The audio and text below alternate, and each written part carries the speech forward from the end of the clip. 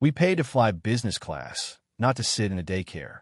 That's what Charles sneered, loud enough for everyone in the front half of the plane to hear, his voice dripping with that special kind of contempt that only money can buy.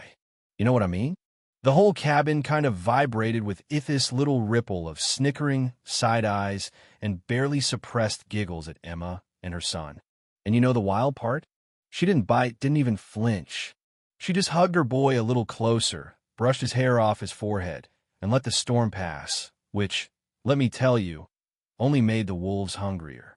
But then, like fate was done being polite, the captain's voice cut through the whispers. Attention passengers. We now require immediate guidance from International Aviation Security Advisor, Mrs. Emma Carter.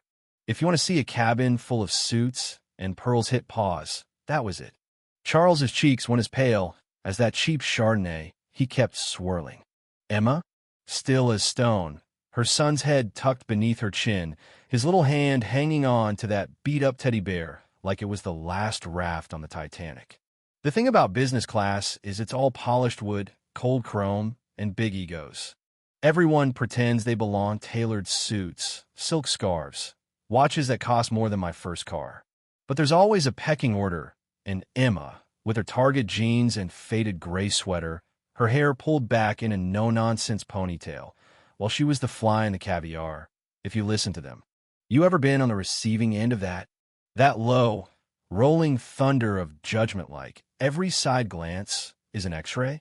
That's what she sat through, calm as glass, while her son snored softly against her. There's a kind of silence that isn't weakness, but something deeper, almost dangerous if you know how to read it. I swear you could smell the panic as the minutes dragged on, everyone glancing at Emma, then at each other, trying to square that quiet mom with the security advisor the captain just summoned. Go ahead, hit that like button if you've ever been sized up and found wanting. Drop a comment. Trust me, I'm not done. Charles, by the way, was exactly the flavor of businessman you're picturing. The kind who walks into a room and expects the world to rearrange itself, his swagger, gold watch blinding you in the cabin lights. His wingman, a hedge fund guy with hair, so slick you could see your reflection, was in his corner, laughing like a hyena. A security advisor? What you gonna do, change a diaper and save the world? Their laughter was sharp and brittle, bouncing off the overhead bins.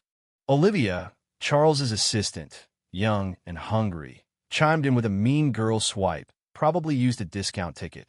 I mean, look at her. She made sure everyone heard it. Why waste a perfectly good insult? All around, you had the usual suspects: a woman in a pearl necklace, lips pursed so tight you could crack walnuts, a man in a blazer with cufflinks winking like little trophies, a woman wrapped in silk scarf, giving Emma that I know your type look. Whisper, smirk, giggle.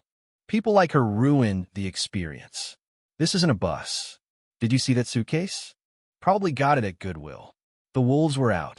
And through it all, Emma just kept tending to her sun blanket over his knees, teddy bear tucked under his arm, never letting her eyes meet theirs, but never hiding either. If anything, the quieter she got, the meaner they got, and the more they fed off each other. That's just how it is with a pack, right? The whispers got louder. This is business class, not a charity flight. It's embarrassing. The whole cabin was circling her, one comment away from snapping. But then Emma did something simple. She looked up, not at Charles, not at Olivia, but right at the woman with the diamond earrings, and asked, "Is it?" Quiet, but clear as a bell. The woman just about choked on her sparkling water. The wolves froze. Charles tried to play it cool, raising his glass. "Oh, she speaks. Don't get used to it, sweetheart." The laughter came back, but this time it was forced. Then Clara, the flight attendant, appeared steady, calm, not like the others. "MS. Carter, the captain needs you." The whole cabin went still, except for Charles, who was still trying to get a last jab in. Does he need someone to mop the cockpit? Hedge fund guy. Olivia, the peanut gallery, chuckling, but a little thinner now. Emma stood up, handed her boy to Clara with a thank you, and walked to the front. Her old suitcase sat alone like a piece of lost luggage nobody wanted to claim. The moment she disappeared behind the curtain, the passengers went into overdrive.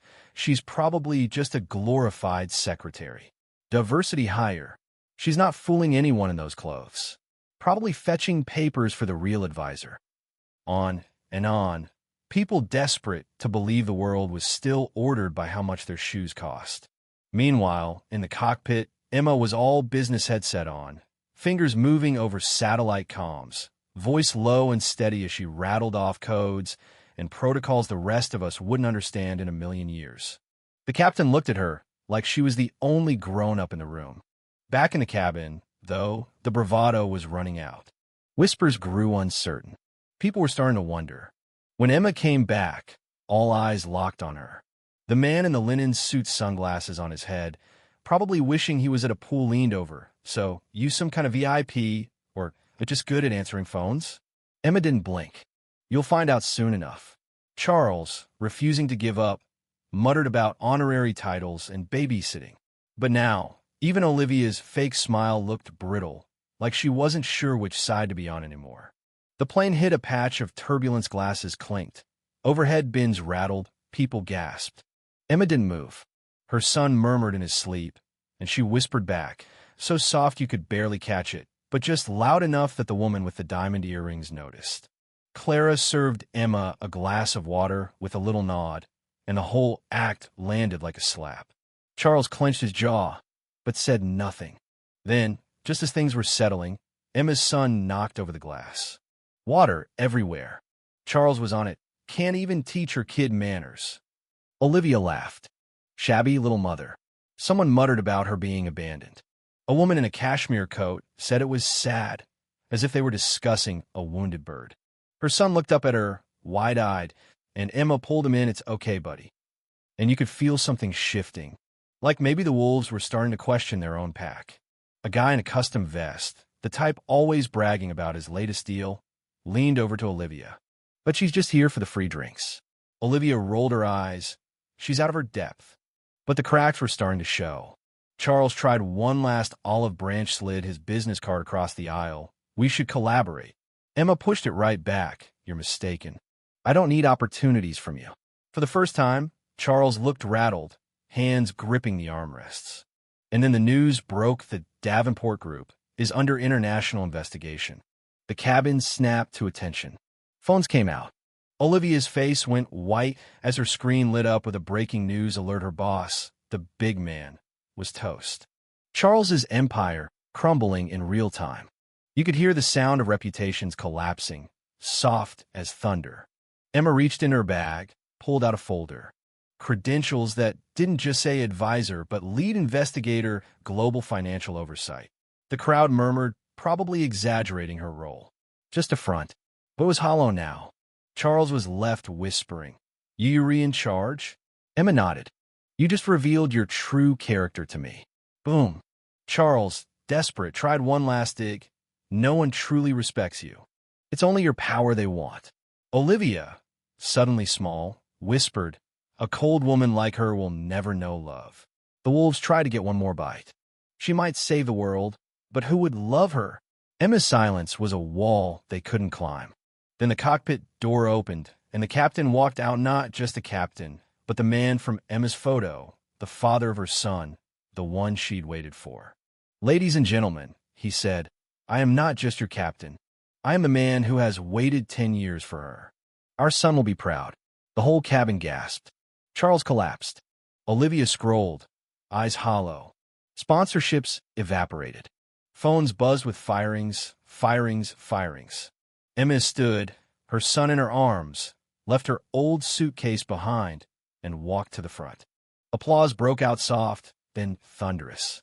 She didn't look back. Didn't have to.